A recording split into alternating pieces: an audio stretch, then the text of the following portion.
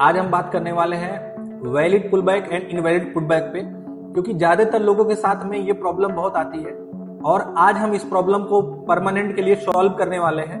ठीक है, आज हमारे साथ वीडियो में बने रहिए, शुरू से लास्ट तक काफी इंपॉर्टेंट चीजें हम लोग डिस्कस करने वाले हैं जिससे आपको भविष्य में ये प्रॉब्लम नहीं आएगी। आइए चलते हैं स्क्रीन पर। दोस्तों, अब हमारे पास ये पहला एग्जाम्पल है स्क्रीन पर। ऐसे करके हम 2-3 एग्जाम्पल समझाने वाले हैं। ठीक है, वैलिड पुलबैक और इनवैलिड पुलबैक को कैसे करते हैं, आइए पहले एग्जांपल के हिसाब से हम समझते हैं। आप इसमें देख रहे होंगे पहले एक इम्पल्सिव मूव आया है।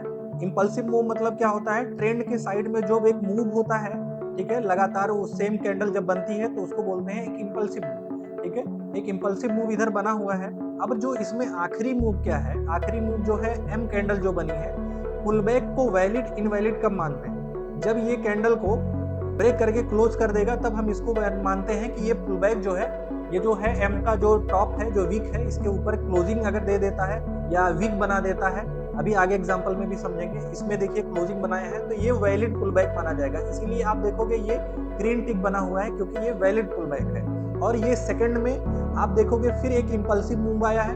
ठीक है, इसके बाद इसको इनवैलिड क्यों माना गया है, क्योंकि इस कैंडल का जो एस है, इसका हाई और लो का जो वीक है, आप देखोगे इसके बाद की जो कैंडल बनी है ए और पी, ना इसके हाई को निकाला है ना इसको लो को निकाला है। अगर ये उल्टे साइड में यानी अप साइड में अगर ये वीक भी बना देता, अगर ये वीक यहाँ के बजाय अगर ये वीक यहाँ होती तो ये वैलिड पुलबैक माना जाता है। ये इसलिए ये वैलिड नहीं है क्योंकि ये इस कैंडल के अंदर है और इसलिए इसको बोला जाएगा ये इनसाइड है, ये इनसाइड कैंडल है। ये राइट पुलबैक नहीं है क्योंकि जैसे इसमें एम में पर क्रॉस किया है, इसमें नहीं क्रॉस किया है, इसलिए इनवैलिड माना जाएगा। आइए अब चलते हैं नेक्स्ट एग्जांपल पर। देखते हैं हमारा ये दूसरा चार्ट है। इसमें भी देखिए एक इम्पल्सिव मूव आया है। और एक बात हमेशा ध्यान रखिएगा कि कैंडल की कलर मैटर नहीं करती है। अब आप देखेंगे कि ये जो लो कैंडल है, ये जो लो कैंडल है, इसने पिछले कैंडल के हाई को, लिक्विडिटी जो है इसके पिछले कैंडल की,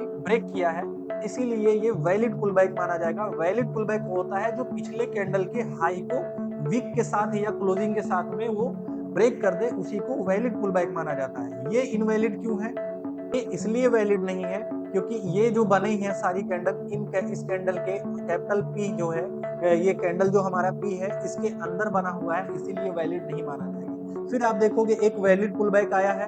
ठीक है, इस कैंडल को वैलिड क्यों माना गया है, आप देखोगे कि इस कैंडल के हाई को, जो कैंडल एस है हमारा, जो लोएस्ट कैंडल है एस है, इसके ऊपर जो है एम कैंडल ने ब्रेक किया है, इसीलिए वैलिड माना जाएगा।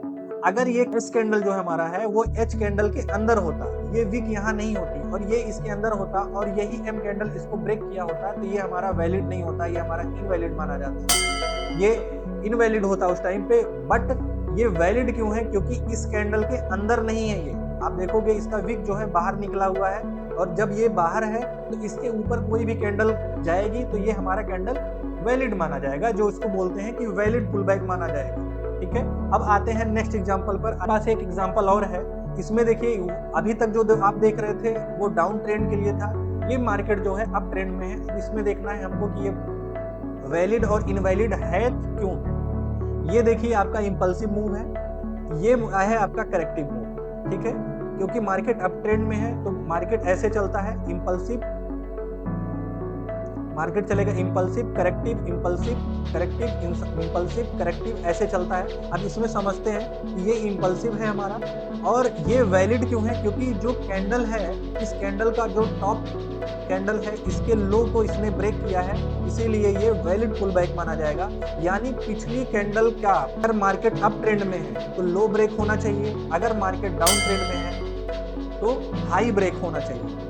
ये इसलिए वैलिड है क्योंकि ये इसने पिछले कैंडल के लो की लिक्विडिटी ली है, इसीलिए वैलिड पुलबैक माना जाएगा। अब ऐसे ही आगे चलते हैं। फिर से एक इम्पल्सिव मूव आया, ये इनवैलिड क्यों है, क्योंकि ये पुलबैक आप देखोगे ए और एन जो कैंडल है, एस कैंडल के नीचे इसने ब्रेक नहीं किया है, इसीलिए इनवैलिड माना जाएगा।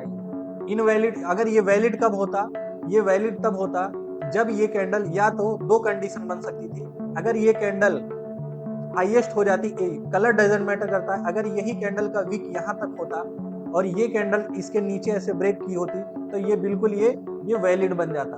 ये इनवैलिड इसलिए है क्योंकि ये इसके अंदर है, इसीलिए इनवैलिड है। अब आते हैं हम नेक्स्ट एग्जांपल में। देखिए इसमें ये भी मूव है, इम्पल्सिव मूव है, मार्केट अब ट्रेंड में है, इम्पल्सिव, करेक्टिव, इम्पल्सिव। ये करेक्टिव नहीं है, अभी करेक्टिव हो गया, इसके बाद फिर करेक्टिव, इम्पल्सिव हुआ। अब यहाँ पे समझना है कि ये वैलिड क्यों है और ये इनवैलिड क्यों है। जैसे पिछले एग्जांपल पे आपने देखा था, ये वैलिड इसलिए है क्योंकि यहाँ पे जो हाईएस्ट कैंडल है एच है, आप देखोगे इसने पिछले कैंडल के पी जो है, क्या कंडीशन है, पिछले कैंडल की लिक्विडिटी को ले लेना ही एक राइट पुल बैक माना जाता है। तो पिछले कैंडल की लिक्विडिटी को लिया, इसके लो को ब्रेक किया है, इसीलिए वैलिड है। ये पिछले कैंडल को इसलिए नहीं किया क्योंकि ये कैंडल जो है, ये दोनों कैंडल इस कैंडल के अंदर बनी हुई है, इसीलिए भले ही इसने पिछले कैंडल के लो को ब्रेक किया है, लेकिन ये इनसाइड कैंडल में आती है, इसीलिए वैलिड नहीं माना जाएगा। फिर से आप देखोगे ये वैलिड क्यों है, क्योंकि ये कैंडल बी जो है वो ए के अंदर नहीं बनी हुई है। आप देखोगे इसका विक ए के बाहर है, ठीक है। तो ए के बाहर होने की वजह से हमारा हाईएस्ट कैंडल ये हुआ। पिछला इसके पहले की कैंडल कौन है, ये है, तो इसके लो को इस कैंडल ने ब्रेक किया है, इसीलिए वैलिड माना है। अब आपको यह समझ में आया होगा कि वैलिड और इनवैलिड पुलबैक किसको बोलते हैं।